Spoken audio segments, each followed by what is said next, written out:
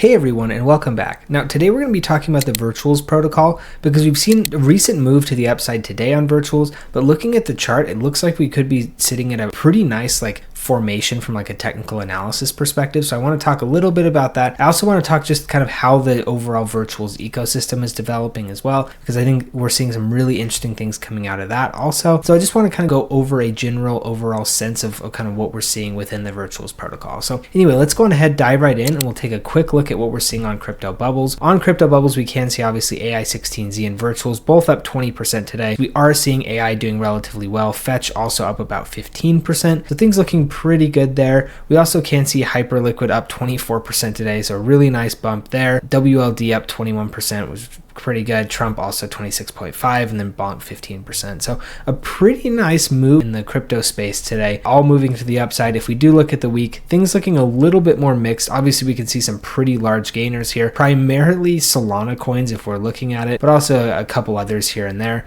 But things looking kind of a little bit more mixed. On the daily, we are seeing a pretty strong just overall pump all over the place. So things looking pretty good there. If we do look at CoinGecko, we can see we're sitting at just shy of a $3 billion market cap here. So basically, if you just take this times a billion, that'll get you your market cap that you're looking for. We can see $382 million of 24-hour trading volume, which is pretty good, I would say, overall. We are seeing Virtuals being fully diluted, which is really, really nice because we don't have to worry about any selling going on or being baked into the price action. If we do look at what we've been seeing here in the past 3 months, obviously a really massive run to the upside where we just barely topped 5, and then we have been seeing that pretty strong move back to the downside. We're going to actually look at this here on kind of a bar chart here in a couple minutes, just so we can see kind of some of the structure that we are forming. If we do look though at cookie.fun, we can see this is kind of an overall AI agent mindshare tracking platform, even just overall AI agent platform. We can see $6 billion of total market cap on Solana, at $2.45 billion on Base, and then about $1.21 billion everywhere else.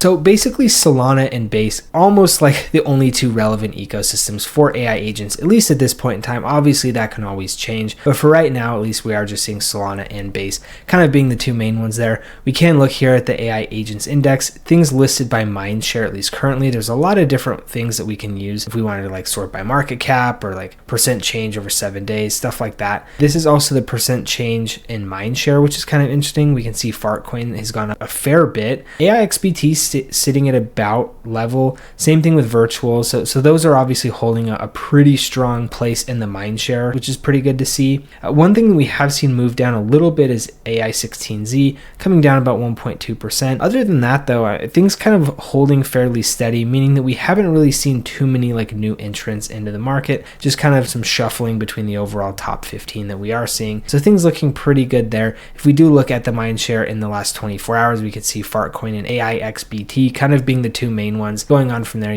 things kind of get a lot smaller from there. That's kind of a high level overview of what we are seeing within the AI agent space. Again, Solana and Base kind of being the two main ones. Virtuals is a Base coin, so I would say Virtuals is kind of the main reason that Base is relevant, just because most of what's developing on Base is basically surrounding Virtuals. If we zoom in on what we are seeing here, we can see not too much history here yet, just because this is, I believe, when BTCC actually onboarded Virtuals as a coin to be trading. So that's why we only have that level of history here, but it's basically sufficient to show you what I'm wanting us to see, which is we are looking to see price consolidate pretty nicely. Now, obviously we can move this around a couple different places. Maybe we see it here, maybe we go all the way down to these two low wicks. I've kind of pulled it up here because we're starting to see kind of the bottoms of some of these wicks. We're essentially touching more wicks here, but again, I would probably consider this more of a zone rather than an actual line. And if I were to create another line, probably something like this. Oops, let's do that, and let's move this up to that. This is probably the overall zone, I would say. If it breaks below here, not the end of the world. If it breaks below here, again, potentially no guarantees in life. But then we also can see on the descending side, we are seeing price consolidate pretty nicely. We obviously had that really strong run up to over $5, coming right back down even to actually about $2.22. So a really, really strong pullback at this point. And then we saw that nice pump when everything was kind of starting to run. And then again, we have seen it kind of dump, but again, to a higher low, and we did hit a lower high here. So we are kind of forming this wedge. based on what we are seeing, I think we're getting to kind of close to the end of this wedge, which is kind of why I said in the title that we have maybe only about 7 days. Potentially, I guess technically we could have closer to like, if we go all the way to the point of this wedge, maybe we've got closer to like 12 days, but we would have to see this come all the way to the very bitter end of this wedge, which we probably won't see if we're being realistic. I would imagine we probably take a run up, maybe break out here, or maybe we take a run up, bounce, and then we kind of take another shot. At one point or the other, one of these two is going to break. We're either going to break through the bottom line and we're going to kind of continue a way down, and this descending trend line is going to kind of be the force that wins out, or the opposite, maybe we break out of here and then this kind of ascending trend line that we're seeing, kind of where this level of support is holding on the virtuals token, maybe this is going to be what wins out. So overall, that's kind of what we're seeing here. From an RSI perspective, we are seeing just sitting right below average. So, not too oversold, not too overbought. We're kind of sitting in about an average place. And again, we're kind of sitting in the middle of this wedge here. Again, depending on which line we look at, we may be closer to the top of the wedge if we are kind of using this bottom line as a reference. So that's kind of what we're seeing here.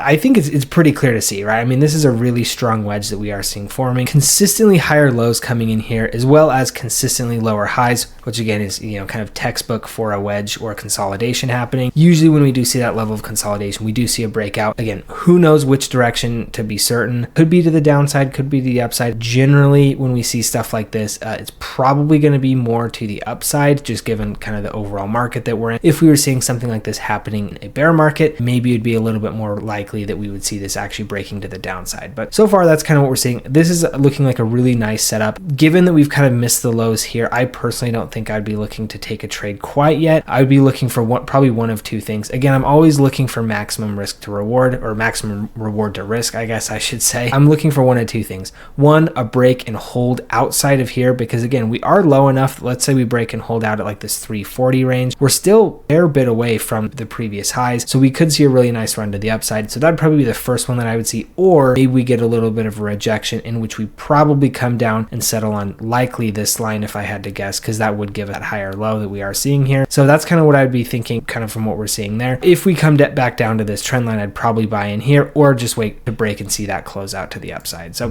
that's kind of what we're looking at. If you are wanting to trade virtuals or Bitcoin, Ethereum, anything like that, just feel free to use my link to BTCC in the description below. I am still doing that 10% bonus, or I guess they are still doing that 10% bonus on first time deposits. They keep renewing that with me, which is really, really great, because I love that they're giving my viewer such a valuable incentive to sign up for BTCC. It's basically free money. I love free money. I'm sure you love free money as well. So, really, really great reward here. This is in addition to the extra bonuses of up to $10,055 per user. So BTCC is throwing a whole bunch of money to go on and sign up with them. From what I understand, they are implementing some pretty awesome like trading improvements, some UI updates, stuff like that. Could be really interesting to go and check that out. Again, if you have used BTCC before, I think those go live at the end of January, if I remember correctly. So we got a couple of days until that's going to be happening, but some really exciting stuff coming there. I'm definitely looking forward to it. I've been around for 13 years, so really well trusted and respected in the space. 300 plus crypto futures, a ton of flexible leverage options. Again, I never go this high. I really have actually never used above 100x. Like 90% of the time, I don't really even use above probably 20 or 25x leverage. Also, no VPN or KYC necessary if that is something that's important to you.